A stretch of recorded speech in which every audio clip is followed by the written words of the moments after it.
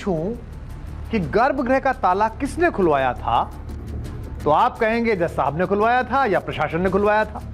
यहां तक तो ठीक है, लेकिन मैं अगर आपसे कहूं कि ताला एक बंदर ने खुलवाया था, तो आप क्या कहेंगे? इस दिलचस्प सवाल के कई अनसुलझे पहलू हैं। आज मैं यानी कुमार विश्वास उन तमाम पहलुओं के साथ आपके सामने प्रस्तुत हूं। आज मैं आपको उस काले बंदर की कहानी सुनाऊंगा जो सुनने में बहुत दिलचस्प है लेकिन सत्य है। साथ ही कुछ ऐसे सियासी बजरंगियों से भी आपकी भेंट कराऊंगा जो पर्दे के पीछे से ताला खोलो का खेल लगातार खेल रहे थे।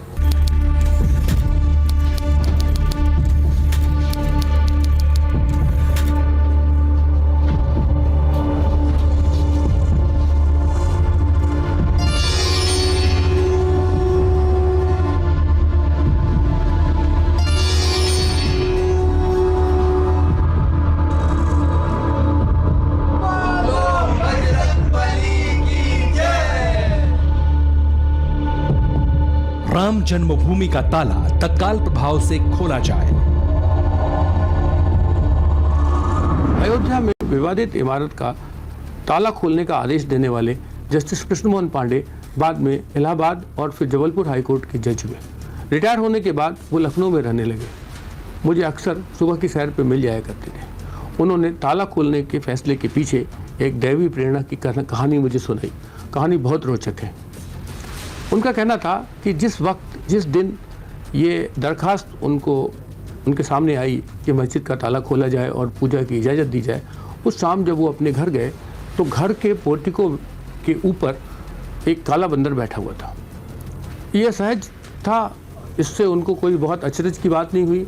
वो गए, रात में सोए, सुबह जब उठते हैं तो उनके घर के लोगों ने ये बताया कि वो बंदर रात से गया नहीं है, वो वहीं बैठा है और कुछ खा पी भी नहीं रहा है। जज साहब ने उसका नोटिस लिया और वो अदालत चले गए। जैसे ही वो अदालत पहुंचते हैं तो अदालत की फ्लैग पोस्ट पर फिर उसी बंदर को बैठे हुए देखते हैं। तब उन्हें लगता है कि यह तो कोई दैवी प्रेरणा है। इस दैवी प्रेरणा को देखते और इसका स्मरण करते हुए कृष्ण मोहन पांडे जी ने ताला खोलने का फैसला कर दिया। 1986 में फैजाबाद के जिला जज रहे कृष्ण मोहन पांडे और उस काले बंदर की दास्तान कोर्ट परिसर से भी आगे बढ़ी थी।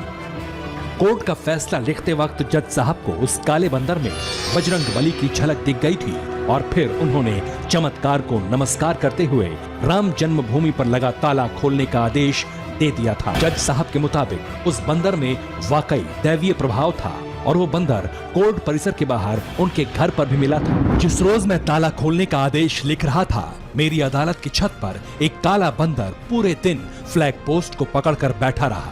वो लोग जो फैसला सुनने के लिए अदालत आए थे उस बंदर को फल और मूंगफली देते रहे, पर बंदर ने कुछ नहीं खाया, चुपचाप बैठा रहा।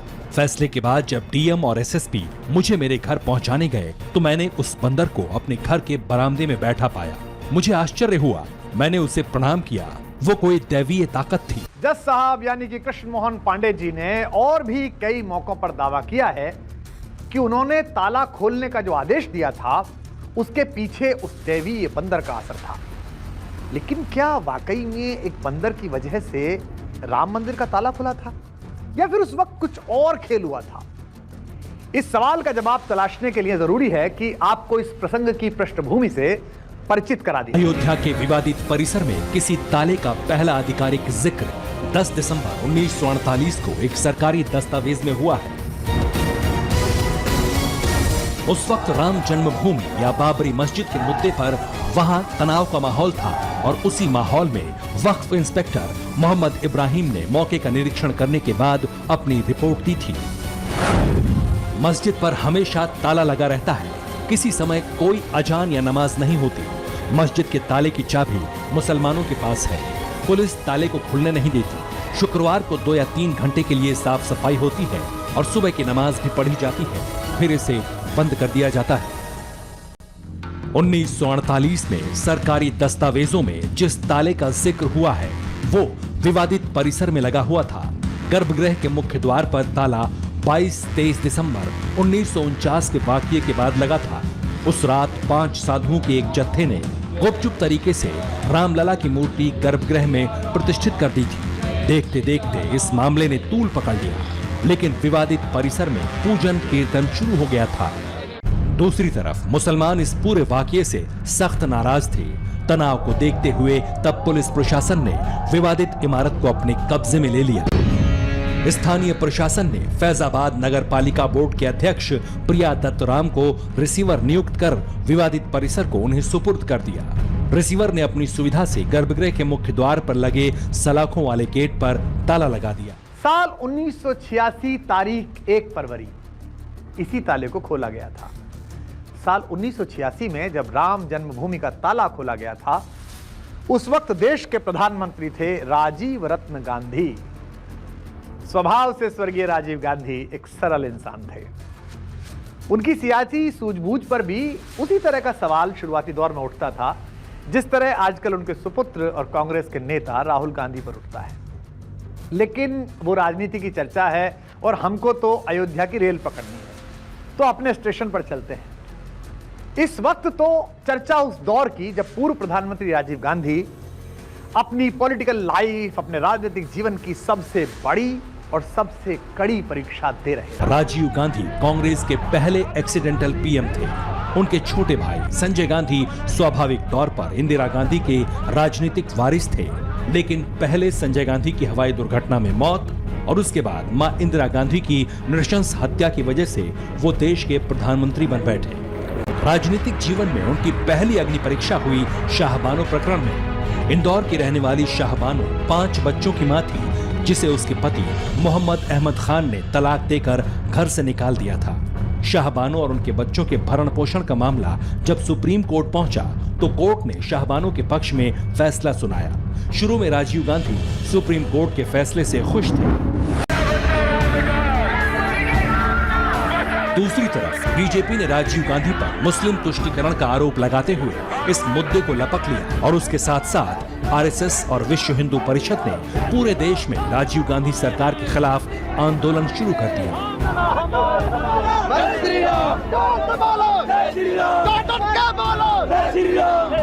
आम हिंदुओं के मन में भी यही सवाल उठ रहा था कि आखिर एक देश में धर्म के आधार पर महिलाओं के लिए 2 कानून क्यों?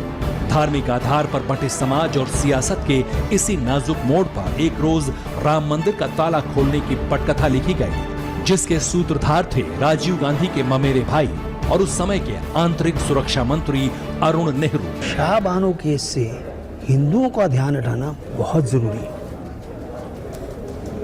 एक ख्याल है मेरे मन में, क्या? जिससे हिंदू भी खुश हो जाएंगे और मुस्लिम भी नाराज नहीं होंगे। ये तो चमत्कार होगा, हिंदू भी खुश और मुसलमान नाराज नहीं होंगे। हाँ हाँ, कौन सा आइडिया है आपके पास? अरे है ना। देखिए राजीव जी, राम मंदिर का ताला खुलवा दिया जाए, इससे हिंदू तो खुश होंगे ही और मुसलमानों से पहले से ही तय कर लिया जाए कि वो विरोध नहीं करेंगे। वाकई कैसा हो सकता है? हाँ हाँ, क्यों नहीं हो सकता? होगा, आप आदेश करें। Go ahead. आपकी परमिशन बहुत जरूरी है। It's there for you. काम तो करना ही है, देश हित में जो भी करना है वो तो करना ही चाहिए। तारीख पर तारीख, तारीख पर तारीख, सनी देओल का रजत पटकथा में बोला गया यह डायलॉग अयोध्या विवाद में भी काम आता है। अयोध्या विवाद में भी कम तारीखें नहीं हैं। एक का रहस्य खत्म नहीं होता कि दूसरे का गहरा हो जाता है। अब 2 और तारीखें आपके सामने मैं लेकर आया हूं, 1 फरवरी 1986 और दूसरी 5 फरवरी 1986। 1 फरवरी को राम मंदिर का ताला खुलता है और उसके 4 दिन बाद 5 फरवरी को संसद में मुस्लिम महिला बिल आता है, जिसके जरिए प्रधानमंत्री राजीव गांधी ने शाहबानो प्रकरण पर सुप्रीम कोर्ट का फैसला पलट दिया था। ऐतिहासिक लम्हा था, गलती थी, सही था, वो आप जाने, लेकिन याद होगा आपको। यानी इन 5 दिनों के अंदर भारतीय राजनीति के 2 ऐतिहासिक अध्याय लिखे गए। इन 2 वाकयों के बीच, ठीक बीचों बीच 3 फरवरी को राजीव सरकार के तत्कालीन मंत्री श्री आरिफ मोहम्मद खान, जो इन दोनों गवर्नर के पद पर सुशोभित हैं, अपनी कुछ चिंताओं के साथ प्रधानमंत्री श्री राजीव गांधी। फरवरी को विवादित इमारत का ताला खुलता है। 5 फरवरी को संसद में सुप्रीम कोर्ट के फैसले को पलटने के लिए मुस्लिम महिला बिल आता है। ताला खुलते ही उस समय राजीव गांधी के सहयोगी, मंत्रिमंडलीय सहयोगी आरिफ मोहम्मद खान 3 तारीख को उनसे मिलते हैं और कहते हैं कि ताला खुलने से बहुत उन्माद है, मुस्लिम आवाम सड़कों पर है, हमारा बड़ा नुकसान होगा, मुस्लिम महिला बिल के किनारे लग जाएगा, हमें उसका कोई फ़ायदा नहीं होगा। आरिफ मोहम्मद खान का कहना है कि राजीव गांधी ने उनसे कहा कि तुम इसकी फ़िक्र मत करो, ताला खुलने की इत्तला मैंने मुस्लिम लीडर्स को दे दी थी, मेरी खुद अली मियाँ से बात हुई है। ताला खुलने का जो पूरा का पूरा षड्यंत्र था, उसमें राजीव गांधी, अरुण नेहरू के अलावा तीसरी कड़ी वीर बहादुर सिंह थे। वीर बहादुर सिंह उत्तर प्रदेश के मुख्यमंत्री थे, इसलिए इन दोनों ने अपनी योजना में उन्हें हिस्सा बनाया। क्योंकि जब डिस्ट्रिक्ट जज ने नोटिस दी राज्य सरकार को, तो राज्य सरकार की तरफ से कलेक्टर और एसएसपी को ये बताना था कि अगर ताला खुला तो इससे लॉ एंड ऑर्डर की कोई प्रॉब्लम नहीं खड़ी होगी, लॉ एंड ऑर्डर ठीक रहेगा, इससे कोई हिंसा नहीं होगी, कोई उत्पात नहीं मचेगा। और वही हुआ। फैज़ाबाद की अदालत में जिस रोज़ ये दरखास्त लगी कि वहाँ ताला खोला जाए, डिस्ट्रिक्ट जज ने डीएम और एसएसपी को तलब किया कोर्ट में, क्योंकि उतना वक्त नहीं था और शायद वो उतना वक्त देना नहीं चाहते थे। डीएम और एसएसपी ने उनकी अदालत में आके जो अपना बयान रिकॉर्ड कराया, उसमें उन दोनों ने कहा कि अगर आप ताला खोलने की इजाज़त देते हैं तो इससे कानून और व्यवस्था की कोई समस्या खड़ी नहीं होगी, दोनों पक्ष कोई झगड़ा नहीं होगा, हम और प्रशासन इस समस्या से निपटने में सक्षम है। अब आप समझ सकते हैं कि राज्य सरकार की सहमति से ये ताला खुला था। ये घटना मुझे वीर बहादुर सिंह ने मुख्यमंत्री पद से हटने के बाद जब वो संचार मंत्री हुए तो उन्होंने स्वयं बताई। तो अब फिर लौटते हैं कथित दैवीय प्रभाव वाले उस काले बंदर के मुद्दे पर, वही जिसे हम पीछे छोड़ाए हैं। जज कृष्ण मोहन पांडे जी का दावा है कि उन्हें काले बंदर में स्वयं बजरंग बली हनुमान जी की झलक दिखाई दी और उन्होंने ही ताला खोलने का आदेश दे दिया। बड़ी दिलचस्प बात है और दिलचस्प सत्य है कि जज कृष्ण मोहन पांडे ने अपनी इस भक्त भावना को कभी छुपाया नहीं। अपनी आत्मकथा तक में प्रामाणिक रूप से उन्होंने इस बात का उल्लेख किया है। वैसे जज पांडे ने उस वक्त इतनी समझदारी जरूर दिखाई कि उन्होंने अपने फैसले में उस काले बंदर का उल्लेख नहीं किया।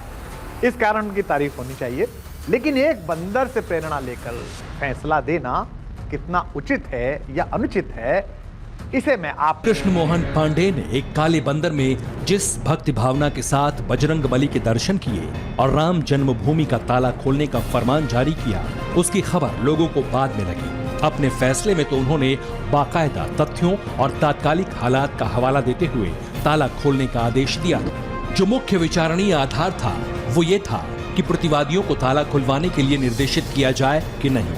मैंने इस संबंध में जिलाधीश और वरिष्ठ पुलिस अधीक्षक फैजाबाद को सूचनाएं दे दी हैं। उन्हें नहीं मालूम कि कब और किसके आदेश से ये ताले डलवाए गए। उन्होंने स्पष्ट रूप से स्वीकार किया है कि मंदिर के द्वारों से ताला खुलवाने पर भी मूर्तियों की सुरक्षा और शांति कायम रखी जा सकती है। जज के.एम. पांडे का यह फैसला मुलायम और वीपी सिंह सरकार को जरा भी रास नहीं आया। इस फैसले के बाद उन्हें कम महत्व के स्टेट ट्रांसपोर्ट प्राधिकरण का चेयरमैन बना दिया गया। के.एम. पांडे के जब हाईकोर्ट में जज बनने की बात चली तो वीपी सिंह सरकार ने फच्चर फंसा दिया, उनकी फाइल में प्रतिकूल टिप्पणी कर दी। मुलायम सिंह यादव अपने मुस्लिम जनाधार को देखते हुए पांडे को जज नहीं बनने देना चाहते थे। इस मौके पर चंद्रशेखर सरकार में कानून मंत्री बने सुब्रमण्यम स्वामी ने के.एम. पांडे की बड़ी मदद की थी। सुब्रमण्यम स्वामी कहते हैं कि मुलायम सिंह के 2-3 काम मेरे मंत्रालय में फंसे हुए थे जिन्हें वो केंद्र सरकार से करवाना चाहते थे। स्वामी की सक्रियता देखकर मुलायम सिंह को लगने लगा कि स्वामी हर हाल में के.एम. पांडे को हाईकोर्ट का जज बनवा कर ही रहेंगे। आखिरकार 24 जनवरी 1991 को के.एम. पांडे को इलाहाबाद हाईकोर्ट का जज बनाया गया, लेकिन 1 महीने बाद ही उनका ट्रांसफर मध्य प्रदेश हाईकोर्ट के लिए कर दिया गया। सुब्रमण्यम स्वामी कहते हैं कि उन्होंने के.एम. पांडे से कहा कि इलाहाबाद में उनके होने से आजम खान और मुलायम सिंह के दूसरे साथी बेवजह खड़ा करते रहेंगे, ऐसे में उनका जबलपुर कोर्ट जाना ठीक रहेगा।